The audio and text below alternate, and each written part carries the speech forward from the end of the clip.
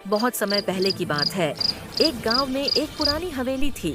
गांव वाले कहते थे कि उस हवेली में एक चुड़ैल रहती थी, इसलिए सब लोग वहां जाने से डरते थे। सुना तूने? कल रात फिर हवेली के पास किसी के रोने की आवाज आई थी। हाँ, मैं भी सुन रहा था। लगा जैसे कोई मदद मांग रहा हो, पर जब गया तो वहां कोई नहीं था। सच में?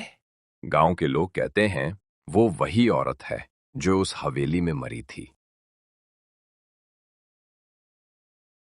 कहते हैं उसकी आत्मा अब भी अपने घर लौटने की कोशिश करती है, हर अमावस्या को।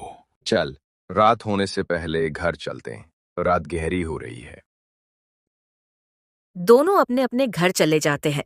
कुछ समय बाद रात हो जाती है। रात होते ही कुत्तों की भौंकने की आवाज और डरावनी आवाजें सुनाई देने लगती हैं। कुछ दिनों बाद गांव के दो आदमी रात के अंधेरे में उस पुराने घर को देखने निकले। चारों ओर सन्नाटा था। बस पेड़ों के बीच से आती हवा की आवाज सुनाई दे रही थी। जैसे ही वे घर के पास पहुंचे और ऊपर नजर उठाई, छत पर लाल साड़ी पहने एक चुड़ैल खड़ी थी।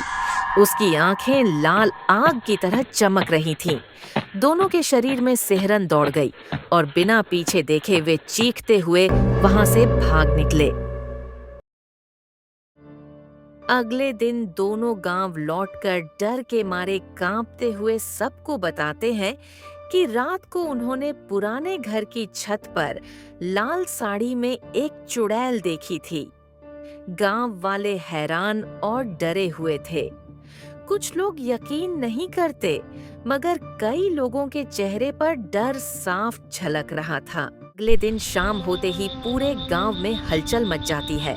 सूरज ढलने के साथ ठंडी हवा चलने लगती है। गांव के लोग आपस में बातें करते हुए उस पुराने भूतिया घर की ओर बढ़ने लगते हैं। कुछ के हाथों में मशालें थीं, तो कुछ के पास लाठी। सबके चेहरों पर डर और जिज्ञासा दोनों झलक रहे थे। सभी लोग डरते डरते उस पुराने घर तक पहुंचते हैं। सन्नाटा छाया होता है, दरवाजे चरमराते हैं। तभी एक बुजुर्ग आगे बढ़कर कांपती आवाज में कहता है, अगर तू सच में यहाँ है तो सामने आ, हम तुझे नुकसान नहीं पहुंचाएंगे। तभी अचानक उस घर के भीतर से एक धीमी पर डरावनी आवाज सुनाई देती है। भूतनी प्रकट होकर कहती है, मुझे इसी गांव के लोगों ने मार डाला था, इसलिए मैं अब उन्हें तंग करती हूँ।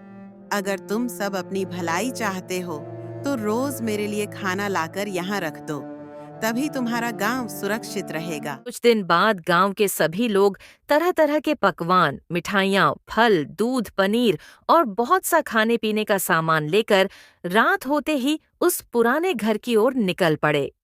रास्ते में सन्नाटा था। हवा में अजीब सी ठंडक घुली थी।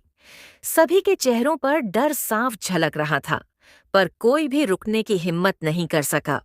सभी उस ठंडी रात को पुराने घर की ओर निकल पड़ते हैं। सभी लोग खाना घर के पास छोड़कर अपने घर वापस चले आते हैं।